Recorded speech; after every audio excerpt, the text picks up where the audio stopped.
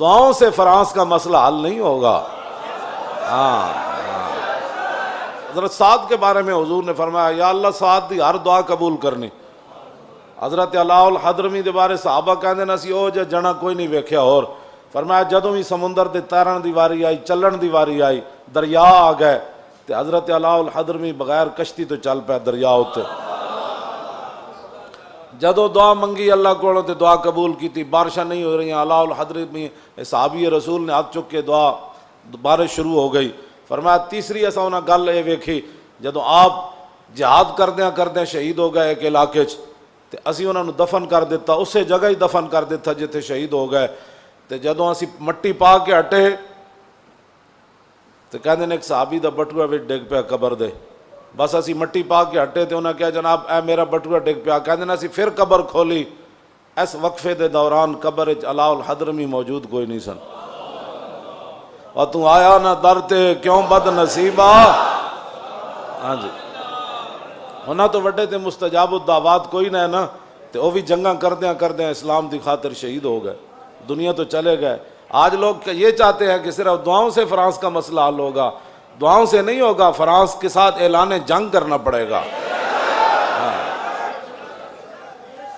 اے تاریخ الخمیس میرے پاس موجود ہے، طلحہ اسدی اس نے نبوت کا دعویٰ کیا جب خالد بن ولید کو صدیق اکبر نے اس کی سرکوبی کے لیے بھیجا تو آپ نے ان سب کو قتل کرنے کے بعد کچھ لوگوں کو فرمایا آگ جلاؤ، میں نے ان کو جلانا ہے اس میں۔ حالانکہ حضور نے فرمایا آگ کا عذاب صرف رب دے گا جو خالق ہے، لیکن خالد بن ولید فرمایا نہیں میں انہوں نے جلانا ہے۔ صحابہ نے کہا اے کی کرن لگے ہو؟ فرمایا مجھے پتہ چلا ہے انہوں نے حضور کے بارے میں بات کی تھی۔ ہاں، انہوں نے حضور کے بارے میں، قتل کے بعد فرمایا پھر ان کو میں نے آگ بھی لگانی تاکہ قیامت تک کسی کافر کو بھی پتہ چلے کہ مسلمان جب حضور کی بات آئے تو ایسا اللہ کی تلوار بھی اپنے آپ سے باہر ہو جاتی ہے۔ ہم اتنی بڑی بڑی باتیں کافر کر رہے ہیں اور تم یہاں بھی میٹنگیں کر رہے ہو۔ میٹنگوں سے مسئلے تھوڑے حل ہونے ہیں، میٹنگوں سے مسئلے حل نہیں ہونے، ان کے خلاف اعلان جہاد کرو۔ انہوں نے اتنے بڑی بڑی باتیں کی ہیں اور تم ابھی باتیں کیا کر رہے ہو؟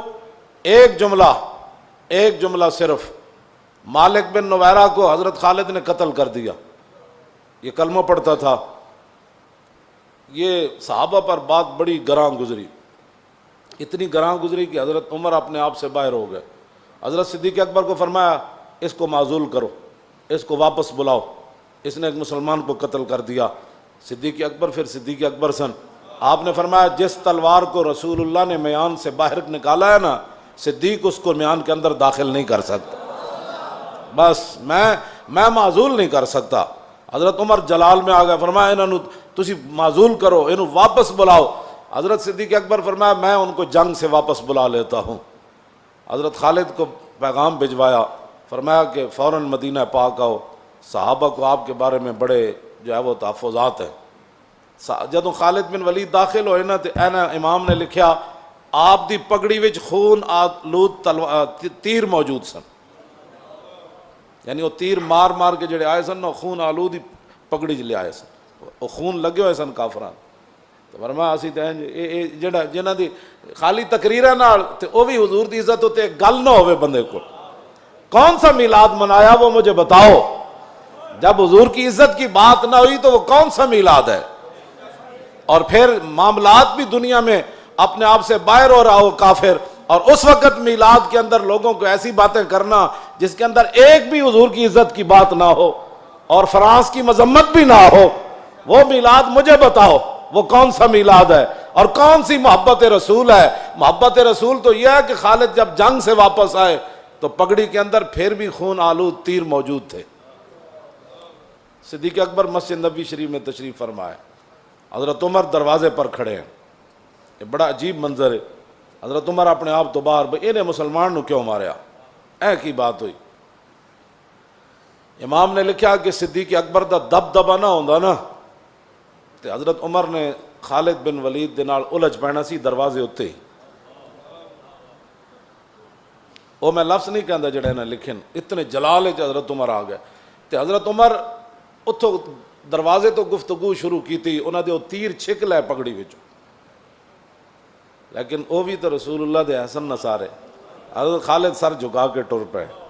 جب صدیق اکبر کے پاس پہنچے تو پھر حضرت عمر بھی بیٹھ گئے. فرمایا آپ بتاؤ جی کیا بنا, آپ نے وہ مسلمان کیوں مارا؟ آپ نے فرمایا سنو ذرا.